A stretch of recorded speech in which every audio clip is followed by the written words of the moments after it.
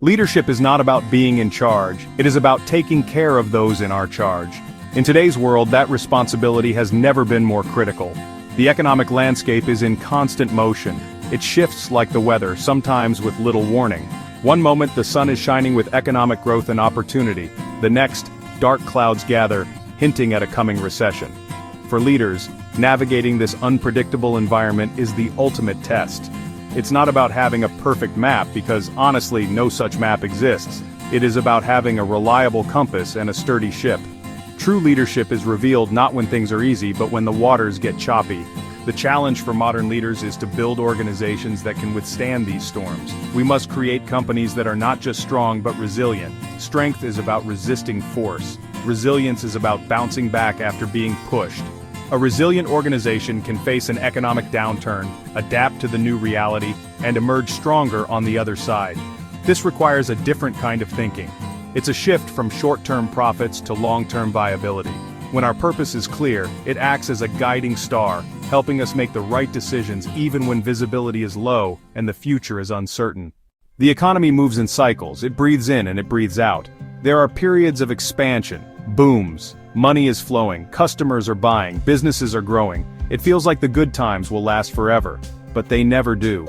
Inevitably, the cycle shifts. A period of contraction, recession follows, spending tightens, confidence wanes, businesses face immense pressure. Understanding this natural rhythm is the first step for any leader. To pretend the good times will never end is naive. To fear the bad times will be permanent is misguided. The waves will always come. These cycles affect every organization. During a boom, the key challenge is managing growth. Expanding too fast leaves you vulnerable.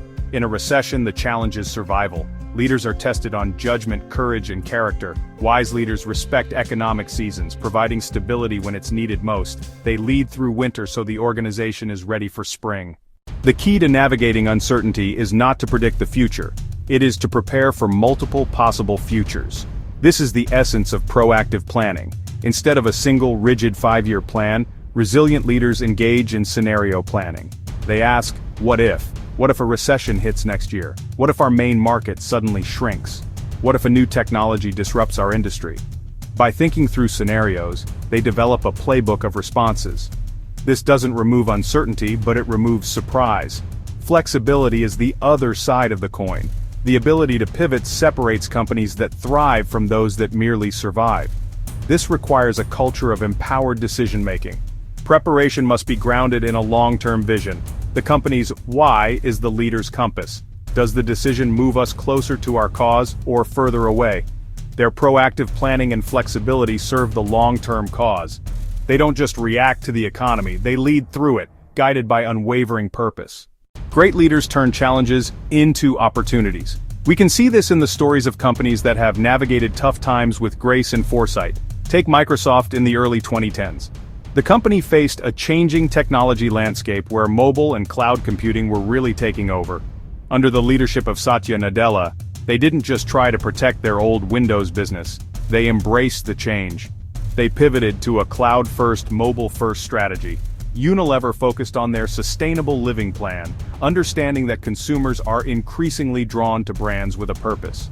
Samsung used quiet periods to invest heavily in next-generation technology like memory chips and display panels. When the economy recovered and demand surged, Samsung was ready with advanced products and manufacturing capacity.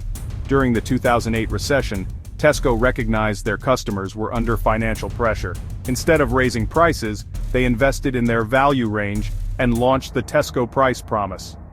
This focus on customer needs built incredible loyalty. They understood that a business is a relationship. These stories teach us a simple lesson. Resilient leadership is about seeing beyond the immediate crisis and playing the infinite game. So how do we build these resilient organizations? It begins with leaders taking specific, tangible steps. First, we must become vigilant observers. Leaders need to constantly monitor economic signals. Second, formalize scenario planning. Gather your leadership team, ask the tough what-ifs. Create clear plans for 3 scenarios: best case, worst case, and moderate case. This builds alignment and readiness.